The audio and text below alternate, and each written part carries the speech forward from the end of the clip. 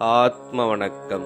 ஆத்மபிதா சுவாமி சிவானந்த பரமஹம்சர் அவர்கள் அருளிய சித்த வித்தியார்த்திகளின் நடவடிக்கை கிரமங்கள். நாள் 16, சட்டம் 21.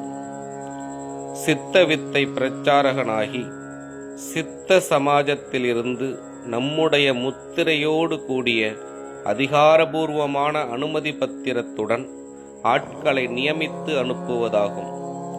அப்படி அனுப்புகிறவர்களோடு சித்த வித்தையை பற்றியும் நடவடிக்கை கிரமங்களை பற்றியும் உள்ளதான எல்லா காரியங்களையும் தெரிந்து கொள்ள வேண்டும்.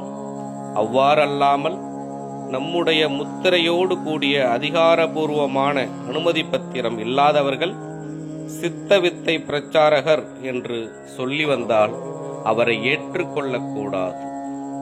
சட்டம் 22. சித்த வித்தை பெற்றவர்கள் ஒவ்வொரு பிரதேசத்திற்கும் ஒவ்வொரு தலைவரை தேர்ந்தெடுக்க வேண்டியதாகும். அவர் மூலமாக சித்த சமாஜத்திலிருந்து அந்தந்த காலத்தில் வெளிப்படுத்துகிற எல்லா காரியங்களையும் தெரிந்து கொள்ள வேண்டியதாகும். சட்டம் 23.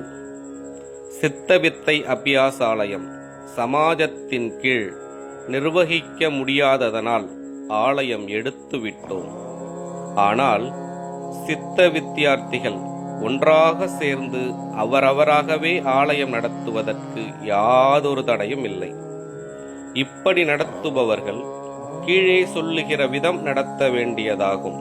அதாவது, சித்த வித்தை அபியாச ஆலயத்தில் சித்த வித்தை அபியாசிகள் நாள்தோறும் வந்து சித்த வித்தையை அபியாசிக்க வேண்டும். அதற்கென்று தனியாக ஒரு நாள் வேண்டியதில்லை. இருப்பினும் நாள்தோறும் வருவதற்கு முடியாமல் இருந்தால் ஓய்வுள்ள நாட்களில் வந்து சித்த வித்தையை அபியாசிக்க வேண்டும்.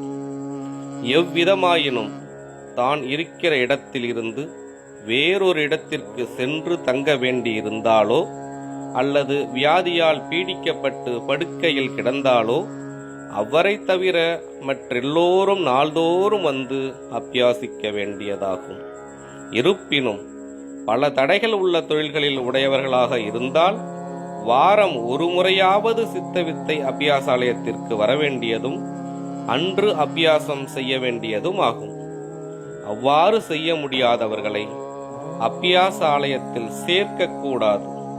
மேற்கண்டவாறு சேர்ந்துள்ளவர்கள் வாரத்தில் ஒரு முறையாவது சித்த வித்தை அபியாசாலயத்திற்கு வந்து சித்த வித்தையை அபியாசிக்காமல் இருந்தால் அவர்களை சித்த வித்தை அபியாசாலயத்தில் இருந்து பிரித்து விட வேண்டியதாகும். சித்த வித்தை அபியாசாலயத்தில் சேருவதற்கு யாதொருவித நுழைவு கட்டணமோ வரித்தொகையோ சந்தாவோ கிடையாது. சித்த வித்தை அபியாசாலயத்திற்கு ஏதாவது செலவு செய்ய வேண்டி வந்தால் அவரவருடைய நிலைமையை அனுசரித்து சித்த வித்தியார்த்திகள் தீர்மானம் செய்யும் விதம் அவரவர்கள் கொண்டு வந்து நிறைவேற்ற வேண்டியதாகும்.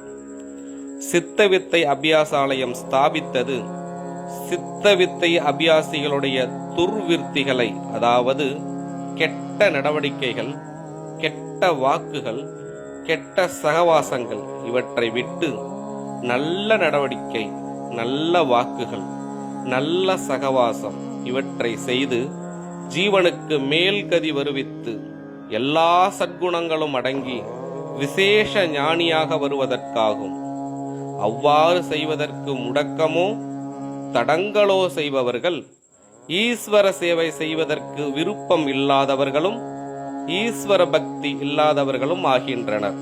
ஆகையால் அப்படிப்பட்டவர்கள் சண்டாளர்களாவார்கள். அவர்களை சித்த வித்தை அபியாச ஆலயத்தில் சேர்க்கக்கூடாது.